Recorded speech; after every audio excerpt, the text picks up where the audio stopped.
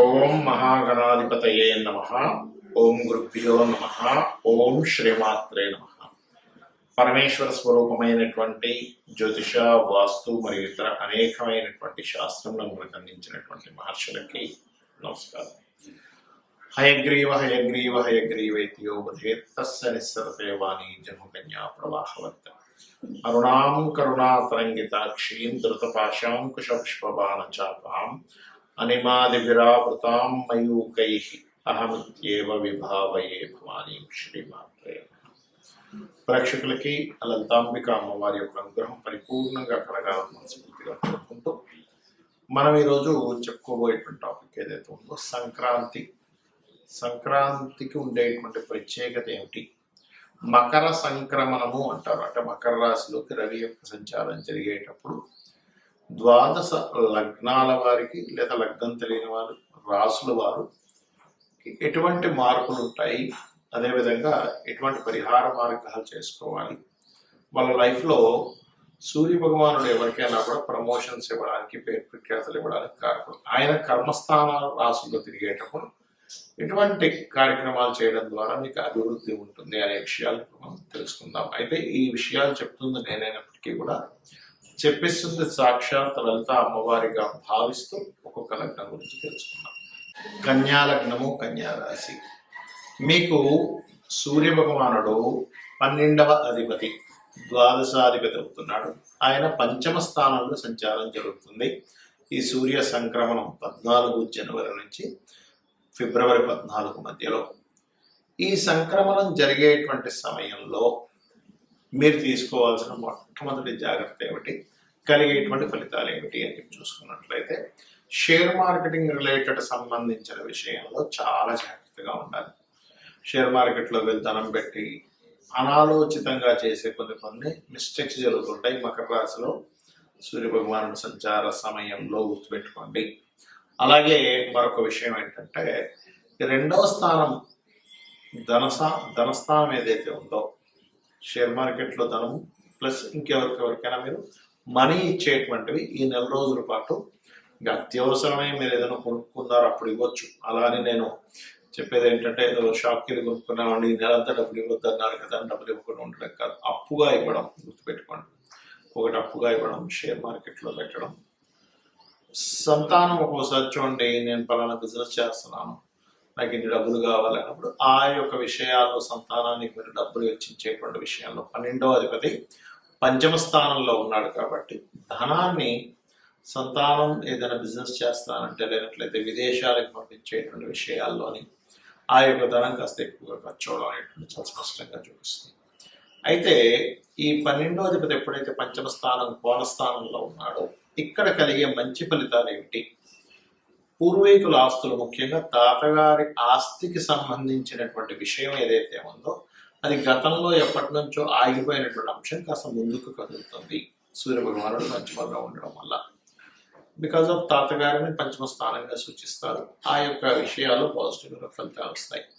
అలాగే మరొక విషయం, మీరు ఉపాసన చేయడం అనేటువంటి సర్వసాధారణంగా కన్యవారు మకర రాశిలో సూర్య భగవానుడి యొక్క సంచారం జరుగుతుంది కాబట్టి రాశిలో ఉండే కేతు ఉన్నందుకు కాస్త గణపతిని ఎక్కువగా ధ్యానం చేసుకుంటూ సూర్య భగవాను ఆరాధిస్తూ సూర్య భగవాను చూస్తూ వెంకటేశ్వర స్వామి యొక్క స్తోత్ర పఠనం చేయడము, మరియు స్వయం పాకం ఇచ్చేటప్పుడు కాస్త బియ్యము అధికంగా ఇవ్వడం, బియ్యము తెల్లనుగులు అధికంగా దానంగా ఇచ్చినట్లయితే మీ యొక్క పూర్వజన్మ కర్మ అనేటువంటిది దగ్ధమవుతుంది. అదేవిధంగా సూర్య భగవాను చూస్తూ ఓం అనాకలిత సాదృశ్య చుముక శ్రీ విరాజితాయ నమః అని నామస్మరణ చేయడాన్ని విధానం బాగుంటుంది. మరి లగ్నం కానీ రాశి కానీ తెలియని వారు అసలు ఈ భోగి, సంక్రాంతి, కనుమ సమయాల్లో ఏం చేసుకోవాలి?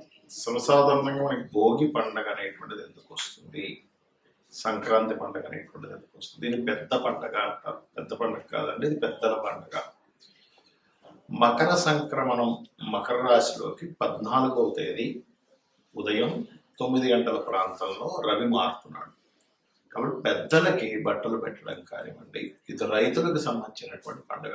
వాళ్ళకి అదే సమయంలో వాళ్ళకి అన్ని పంటలవి పండడం, అందుకని పశువులు కూడా ఈ యొక్క పండుగని పశువులని చక్కగా వాటికి అలంకరించుకొని ఆ రకంగా చేసుకుంటూ ఉంటారు. అయితే భోగి రోజు మీరు చూడండి, భోగి మంటలు వేస్తూ ఉంటారు, భోగి పళ్ళు పోస్తూ ఉంటారు పిల్లలకి. భోగి మంటలు ఎందుకు వేస్తారు? చాలా మంది మనం పల్లెటూరులో సైడ్ చూసుకున్నట్లయితే ఇంట్లో ఉండేటువంటి విరిగిపోయిన వాటిని తీసుకుని అందులో వేస్తూ ఉంటారు. మనకి కర్మకారకుడు శని ఎవరైతే ఉన్నారో ఆ కర్మకారక శనికి ఒక కారకత్వం ఉంటుంది. ఓల్డ్ ఐటమ్స్, పాతవి, పనికిరానివి, విరిగిపోయినవి, ఇవన్నీ కూడా శని కారకత్వాలు అన్నమాట. ఎప్పుడైతే సూర్య భగవానుడు మకర రాశిలోకి ఎంటర్ అవుతున్నాడో మీ యొక్క కర్మ ఎంటర్ అవ్వకముందే, అంటే దాదాపు భోగి మనకు 13వ తేదీ వస్తే సంక్రాంతి అనేటువంటిది 14వ తేదీ మకర సంక్రమణం జరుగుతుంది కాబట్టి వస్తుంది. అయితే ఇది 9 గంటలకి సంక్రమణం జరుగుతుంది రవి చూసుకున్నట్లయితే మన మకరంలోకి. కావున భోగి పండుగ రోజు ఇంట్లో ఉండేటువంటి పాత వస్తువులు, ఫర్నిచర్, లేకపోతే ఏదైనా ఇప్పుడు విరిగిపోయిన మంచం ఉంటుంది, విరిగిపోయిన కుర్చీలు ఉంటాయి, అలాంటి ఉన్నటువంటి వాటిని తీసుకెళ్ళి క్లీన్ చేసేసుకోవాలి. భోగి రోజు తీసుకెళ్ళి భోగి మంటలో వేసుకోవాలి. ఎందుకు? ఇంట్లో గనక వాస్తుపరంగా శాస్త్రం చెప్పింది ఏంటంటే, పెద్దవాళ్ళు ఉంటారు ఇంట్లో, వాళ్ళని గౌరవించాలి, వాళ్ళని ఇంట్లో పెట్టుకోవాలి. చాలా మంది ఇవాళ రేపు జరుగుతుంది ఏంటంటే, ఏజ్ అయిపోయిందని తీసుకెళ్ళి ఓల్డేజ్ హోమ్లో తీసుకెళ్ళేస్తున్నారు, పాత వస్తువులు తీసుకొచ్చి ఇంట్లో పెట్టుకుంటున్నారు. అది కాదు చేయాల్సింది. పెద్దవాళ్ళని గౌరవిస్తూ ఇంట్లో పెద్దవాళ్ళ యొక్క బ్లెస్సింగ్స్ మనకి ఎప్పుడైతే ఉంటాయో ఖచ్చితంగా వాళ్ళ యొక్క అనుగ్రహం దేవతా అనుగ్రహం ఎంత ముఖ్యమో పెద్దవాళ్ళ యొక్క ఆశీర్వాదం కూడా అంత ముఖ్యం. అదేవిధంగా ఇంట్లో ఎప్పుడు గనక పాతవి, కొంతమంది చూడండి అటకల మీద ఉంటుంటాయి, పాత పెట్టి ఒకటి ఉందండి, అది బాగా ఇరిగిపోయింది కానీ మాకు జ్ఞాపకార్థం ఉంచుకున్నాం. ఎప్పుడు కూడా ఇంట్లో వస్తువులు విరిగిపోయినవి గనక ఉన్నట్లయితే, వాటిని వాడనట్లయితే దాని ద్వారా మీకు శని ప్రభావం పెరుగుతుంటుంది. గుర్తుపెట్టుకోండి. స్టాక్ ఐటమ్, పాడైపోయిన ఐటమ్ శాతం ప్రభావాన్ని పెంచుతూ ఉంటుంది. తీసుకెళ్ళి భోగి మంటల్లో వేసేసి చక్కగా చేసినట్లయితే, ఇల్లు శుభ్రం చేసుకున్నట్లయితే ఇంట్లో చాలా మటుకు దరిద్రం, పాత వస్తువులు, పనికిరాని వస్తువులు, మట్టి పట్టేసినవి, బూజు పట్టేసినవి ఇంట్లో చూడండి. మనకి హెల్త్ ఇష్యూస్ కూడా ఎందుకు వస్తాయి? ఈ డస్ట్ ఎలర్జీ అంటూ ఉంటారు, లేదా లేనట్లయితే కొన్నిసార్లు మనం పీల్చినటువంటి కొన్ని గాలులు పీల్చడం ద్వారా. అందుకని ఈ యొక్క ప్రాసెస్ అనేది పెట్టారు. ఇక సంక్రాంతికి ముఖ్యంగా పెద్దలకి పండగ ఇవ్వడం. ఊర్ల సైడ్ అయితే సంక్రాంతి రోజు రకరకాల ఇవి కూడా చేస్తూ ఉంటారు, రకరకాల పందాలు అనేవన్నీ. ఇవన్నీ ఆచారాల వ్యవహారాల్లో కాదు, ఏ ప్రాంతం బట్టి ఆ ప్రాంతం వాళ్ళు సరదాగా పెట్టుకునేటువంటివి.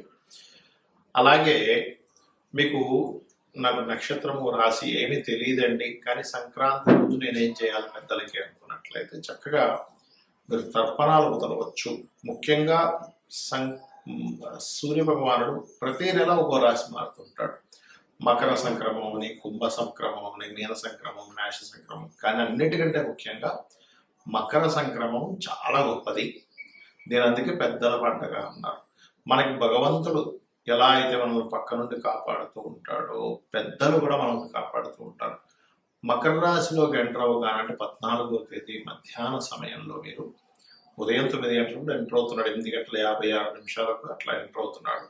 కాకపోతే 9 గంటల నుంచి ఎంటర్ అయిపోయి ఉంటాడు కాబట్టి ఆ రోజు మధ్యాహ్నం కనుక పితృతర్పణములు కనుక చేసి పెద్దల కోసమని మీరు పంచో లేకపోతే చొక్కానో, స్త్రీలకైతే చీరో మీరు కనుక పెట్టినట్లయితే మీకు మీ యొక్క జీవితంలో ఉద్యోగ సమస్యలు కానివ్వండి, ఆరోగ్య సమస్యలు కానివ్వండి, అప్పుల సమస్యలు కానివ్వండి, మీరు రాంగ్ రూట్లోకి వెళ్లకుండా పెద్దలు మిమ్మల్ని కాపాడుతూ ఉంటారు. కాబట్టి ఇది చేసి మీరు ధరించాలని కోరుకుంటూ శ్రీమాత్రే నమః.